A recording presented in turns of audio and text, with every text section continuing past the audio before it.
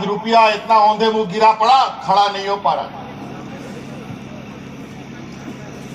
2014 के पहले जब 400-300 टका गैस सिलेंडर मिलता था तो उस समय इन लोग को महंगाई बुझता था कि कितना महंगा बिक रहा है गैस सिलेंडर, 300-400 रुपया और 60 रुपया पेट्रोल डीजल, और इसको लेकर बाथा में लेकर के सड़क पर उतरकर यही गाना गाता था, महंगाई को इन लोग को डाइन नजर आता था। लेकिन आज वही गैस सिलेंडर की कितना मिलता है? 1200 टका में। आज पेट्रोल डीजल कितना में मिल रहा है? 100 टका में।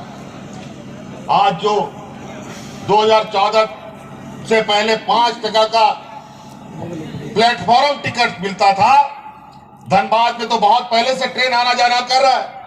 यहाँ के लोग लगभग इस यहाँ के स्टेशन में गए होंगे। आप लोग बताइए कि आप लोग उस समय कितने में टिकट खरीदते थे? 2 रुपया 5 रुपया का प्लेटफॉर्म टिकट आज 50 रुपया 60 रुपया में हो गया। यह स्थिति है। और आज महंगाई बेलगाम घोड़े की तरह आसमान भाग रहा है। गरीबों का थाली से पहले सब्जी गायब, दाल गायब, चावल गायब, अब खाली थाली बचा दिया। अब इन लोग को महंगाई, पहले तो इनको डाइन लगता था, अब भौजाई लगने लगा। बड़ा विचित्र स्थिति। पिछला ये डबल इंजन की सरकार में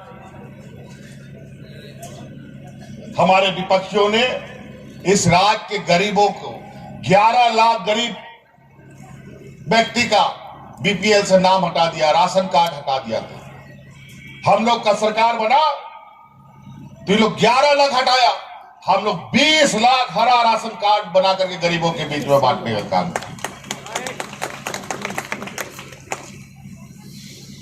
लेकिन उसमें भी बड़ा भेदभाव। हमने भारत सरकार से कहा कि हमको सरकारी दर में चावल खरीदने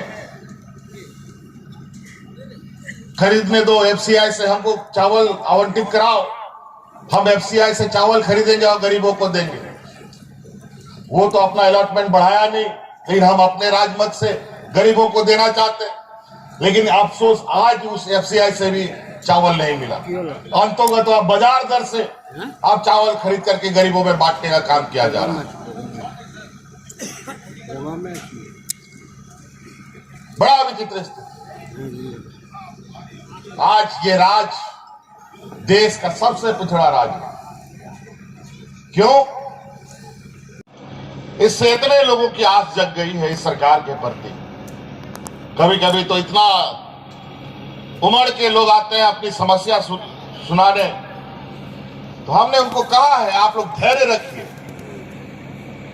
सरकार अभी आपकी है और इस सरकार का आंख भी है, कान भी है और संवेदनाएं भी है। सबके साथ इंसाफ किया जाएगा, किसी के साथ इंसाफ भी नहीं की जाएगी, नाइंसाफी नहीं की जाएगी। पिछला बार हम लोग देखते थे मंत्री का, विधायक का, सांसद का घर घेराव होता था। कर्मचारी लोग अपना मांगों को लेकर कोई नंग धड़ंग प्रदर्शन करता था। आंगनबाड़ी सेविका, सहायिका महीनों सड़कों पर रहती थी बाल बच्चों के साथ।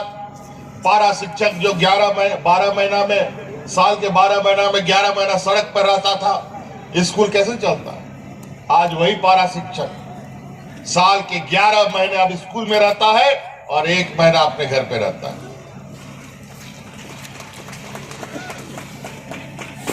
और आज वातावरण ये है कि विधायक मंत्रियों का घर घिराव होता है। किस लिए? राजहित में कानून बनाने के लिए, यहां लोगों को अधिकार देने के लिए, मंत्रियों को मिठाई खिलाने के लिए, विधायक को मिठाई खिलाने के लिए, माला पहनाने के लिए, आभार प्रकट करने के लिए घिराव होता है। यही फर्क है उस सरकार में और इस सरकार में।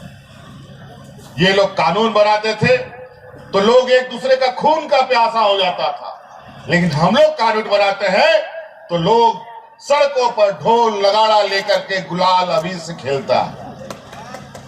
यह फर्क है।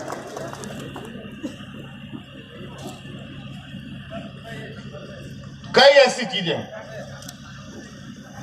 आज अपना हक अधिकार मांगते हैं तो हक अधिकार ना मांगो, चुप हो जाओ, तो पीछे पीछे जांच के नाम पर पूरा सरकारी महकमे को परेशान करके रखा ताकि काम ना कर सके।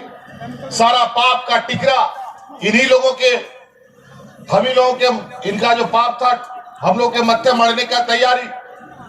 आज तक आप लोगों ने कभी सुना है? बड़ा योजनाबद्ध तरीके से आदरणीय दिसम गुरु शिबू सोरेन जी के ऊपर तो गोली देखो और मार दो का करने का आदेश भी था। आज इस राज्य में कोर्ट कचहरी पीआईएल टीआईएल और कई राज चला रहा है। वो राज तो आगे निकल गया, लेकिन ये राज पीछे कैसे चला गया? गया नहीं है। इसको आज जो राज पूरे देश के लिए रोशनी पर जगमगाता हो, जिस राज के कोयले से, जिस राज के खनिज संपदा से पूरा देश का कारखाना चलता है, आज वो राज बदहाल और भूखाल क्यों? वो इसलिए कि आप लोग, हमारे झारखंड के लोग आर्थिक रूप से मजबूत ना हो जाए, मानसिक रूप से मजबूत ना हो जाए, सामाजिक रूप से मजबूत ना हो जाए, ताकि इन बेईमानों की असलियत का चेहरा इनके सामने आ जाए। इसीलिए इन लोगों ने पीछे इस राज को इतना बुरा हाल में रखा।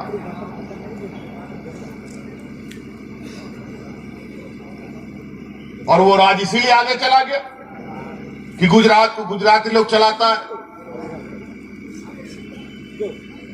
बंगाल को बंगाली लोग चलाता है, उड़ीसा को उड़िया लोग चलाता है, बिहार का बिहारी लोग चलाता है, महाराष्ट्र का महाराष्ट्र का लोग चलाता है। दुर्भाग्य है, इस राज को झारखंडी लोग कभी चलाया ही नहीं। जब भी जो दो चार झारखंडी लोग बैठा, उसको भी उतार दिया इन लोगों ने। आज 20 साल के बाद पहली बार पूरा मजबूती से झारखंडियों की सरकार। यही वजह है आज इस राज्य में हमारे सरकार आने के बाद गांव में कोई बूढ़ा बुजुर्ग बिना पेंशन का नहीं मिला। सबको पेंशन मिल रहा है। कोई बिना पेंशन का कोई विधवा महिला नहीं है, सबको पेंशन हम दे रहे हैं। कोई बिना पेंशन का विकलांग नहीं है। और तो और कई ऐसी चीजें जो हम आप लोगों के लिए किए हैं। कभी आप लोगों ने सुना है कि ब्लॉक का बाबू साहब, बीडीओ, सीओ सब गांव जाते हुए कभी आप लोगों ने देखा? नहीं देखा। लेकिन हमारी सरकार बनने के बाद पंचायत टोला टोला में शिविर लगा करके हमारे ग्रामीणों की समस्या का समाधान किया जा रहा है। और बड़ा विचित्र बात है, आज उस शिविर के माध्यम से गांव की जो समस्या का संख्या हमारे पास आया, लगभग 1 करोड़